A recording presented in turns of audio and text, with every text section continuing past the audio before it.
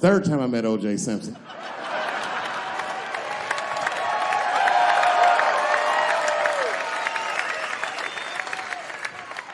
Third time I met O.J. Simpson, I was doing great in life.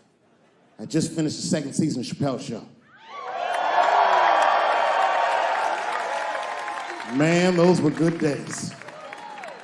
I was playing a comedy club in Miami, the Improv. I don't know if you've ever been, but if you have, you'd know. The door for the green room is right on the stage. Can you imagine such a thing? If I walked out of the door of the green room, bam, I'm just right here. It's right from the dressing room. And I did that. I walked out, and the whole crowd was like, hooray!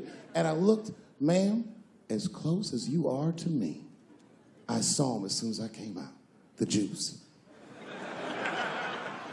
And I saw recognition in his eyes, and it filled me with pride that he knew who I was. I didn't acknowledge his presence because it was a white audience, and I didn't want to start a panic.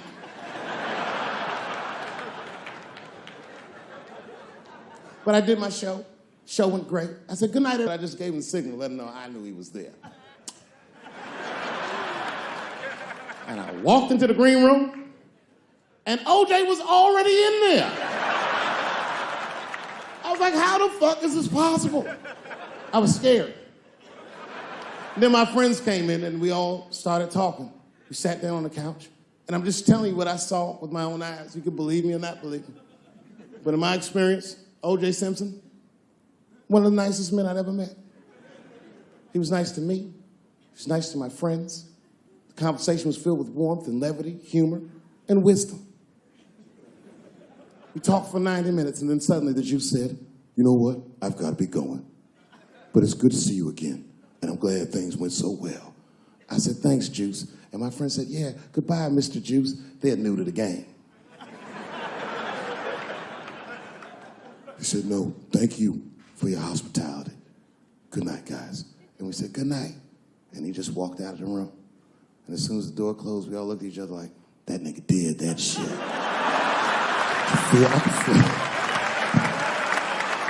I could feel like murder in the room. Well, you young heads missed that shit. You all too young, you don't remember that. How old are you, young man? You.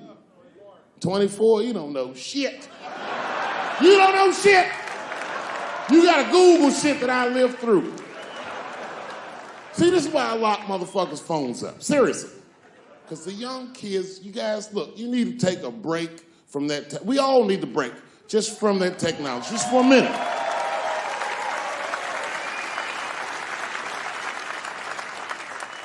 You know, I'm from a different time, young man, a dark time to you. I'm from a time that I didn't even used to know who was on the phone until I answered the shit.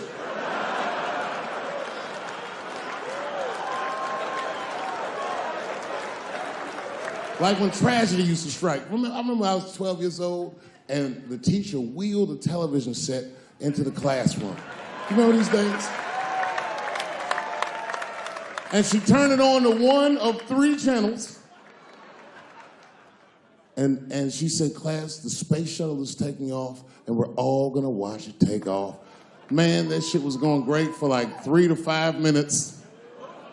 That's right, you remember, it fucking exploded. Everybody on board, dead, immediately presumed dead. It was so bad, the teacher looked at all the kids and was like, you can go home. It's a goddamn national tragedy. This was Cold War America. The Russians were laughing at us. My point is, for a guy your age wouldn't even know the pain because in your generation, it's like the space shuttle blows up every fucking day. How can you care about anything when you know every goddamn thing? I'm getting over one cop shooting, and then another one happens, and then another one happens, and another one happens. I'm crying about Paris, and then Brussels happens. I can't keep track of all this shit, so you just give the fuck up. That's the hallmark of your generation, and that's fucked up because your generation lives in the most difficult time in human history. This is the age of spin, the age where nobody knows what the fuck they're even looking at. Did you know that Planned Parenthood was for abortions? It's for people that don't plan things out at all.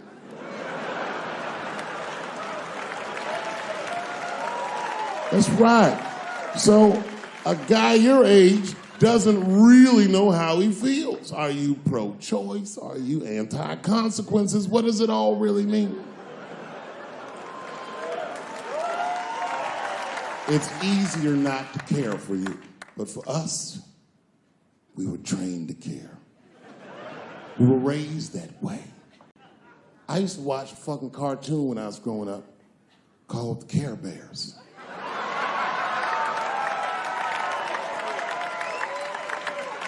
It was about a fucking group of teddy bear people.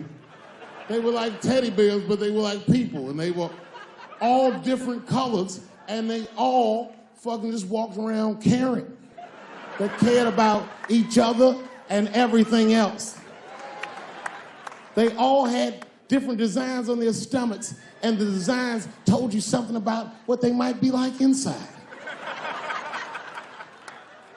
Very, very loving group of beings. And when shit got real bad, as nice as those teddy bears were, they didn't get mean faces. They got determined. And the leader would say, "Come on, guys, it's time for the Care Bear Stare." Remember that shit? And them little teddy bears would lock arms and stare at the problem. And I'm not even bullshitting. Actual love would shoot out of their chest and would dispel any. When we grew up, we wanted to be like those bears. And then we got our hearts broken. So we found out that life wasn't gonna let us do that. And that it's impossible to shoot love out of your chest. However, I have shot love onto somebody's chest before.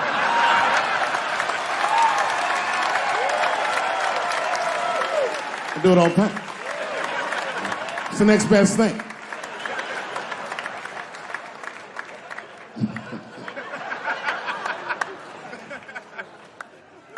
Oh, yeah, you kids don't know. Your generation is just determined to be angry, mad. Everybody's mad. Back when we were growing up, only black people were mad. Now, everybody's just trying to get in on the act. I try to think to myself, well, when did everyone get mad? And then I realized this happened before we were born. This is a long way to go, but probably started in the Second World War. Think about it. All these black men, millions of black men, leave the United States for the first time, go over to Europe with America's armed forces and fight the Nazis and make more money fighting Nazis than they ever dreamed they would make in the United States. And a lot of those men, while they were in Europe, just to be real, not to be crass, a lot of them probably got their dicks sucked. Gentlemen, this was World War II Europe, and these were desperate times, and penises were being sucked for shoelaces and chocolate and very frivolous things. And it's very hard to come back to America and sit on the back of the bus after you've been in the south of France getting your dick sucked for a Crunch bar or some crazy shit like that. That's a life-changing experience. And while that was happening in Europe, here in America, for the first time, women entered the workforce en masse by the millions. All the men were gone. Someone had to run the factory. The ladies did it. That's right. This was the first generation of American women to have independent income en masse. And when the men came back, the women weren't the same. American women had grown. They were uttering phrases that no woman on earth had ever spoken before. Things like no and shut the fuck up and I don't feel like it.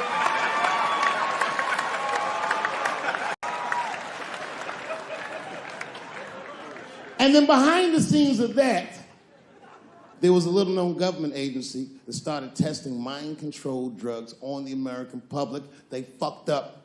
They tested it for 12 years. They didn't realize these drugs were not mind-controlling. They were mind-expanding. It was LSD and mescaline and shit like that.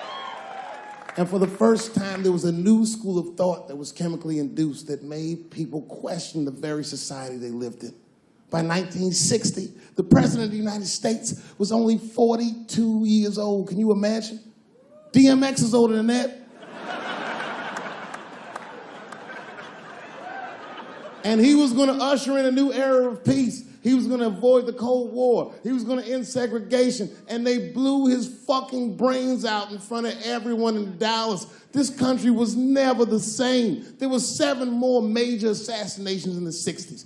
Anyone that stood up and said anything was shot down the streets like a fucking dog. Kennedy, King, X, Evers, on and on. You didn't even have to be famous. You could be a college student at Kent State or in Mississippi protesting the Vietnam War, and they shot them too. Wild era. And while all this was going on, Bill Cosby raped 54 people. Holy shit, that's a lot of rapes, man. This guy's putting up real numbers. He's like the Steph Curry of rape. Man, that's a lot of rapes. 54. He had raped 30 less people. That's still 24 rapes. Don't forget, each one of these rapes has 8 hours of sleep in it. Ladies and gentlemen, that's over 400 hours of rape. It only takes 65 hours to get a pilot's license. If rapes were aircrafts, this nigga's Top Gun for sure.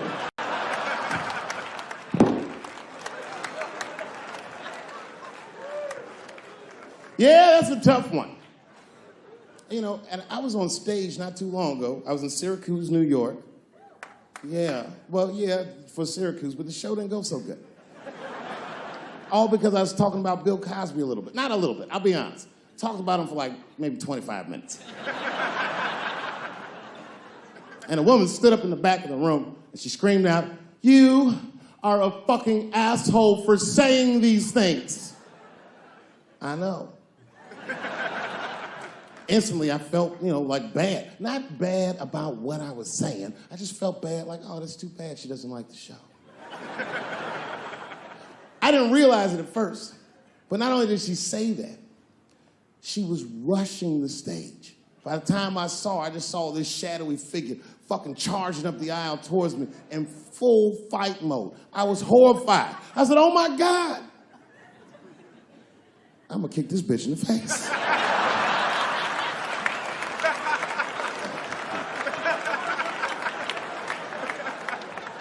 Lucky for me, I didn't have to.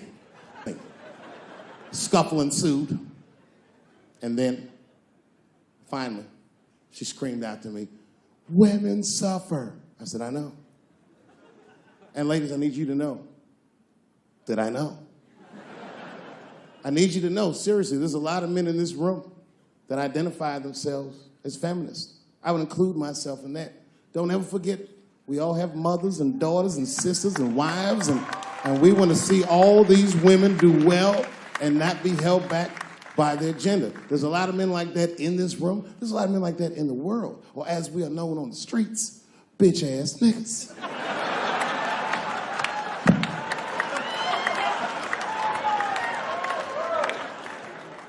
But as this woman was wrestling and screaming at me, I started to take offense. And I'm gonna be honest, race was involved. She was a young white woman.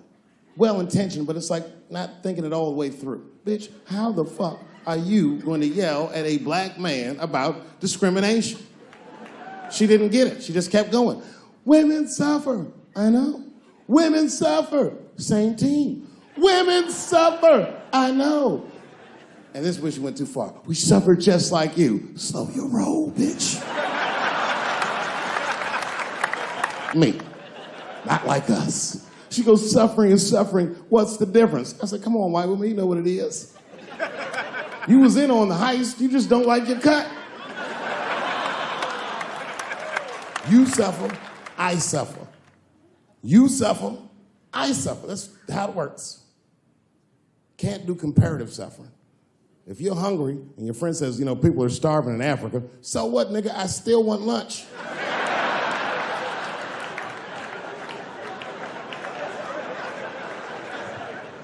Black people know about comparative suffering, and you know this is a fucking dead-end game. Blacks and Jews do that shit to each other all the time.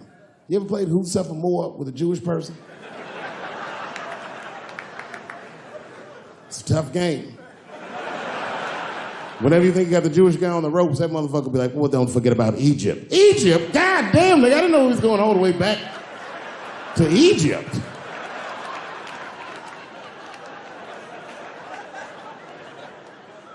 What the fuck is wrong with her? What does she think? Does she think that I don't know that rape is wrong? Does she think that maybe I don't have empathy for Bill Cosby's alleged victims? And I would be remiss if I didn't remind you that technically these are all still allegations.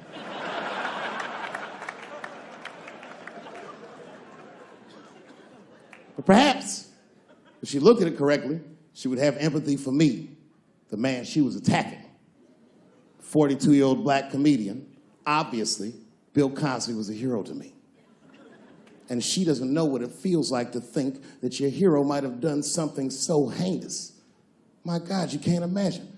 It'd be as if you heard that chocolate ice cream itself had raped 54 people.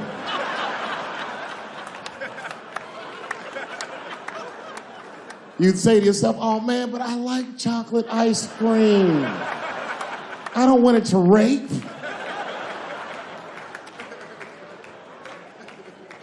Didn't want to believe it. At first, I didn't believe it. I was like, man, these people are obviously trying to destroy Dr. Cosby's rich legacy. Even 34 allegations into it, I was still like, man, probably only raped 10 or 11 of those people. I know.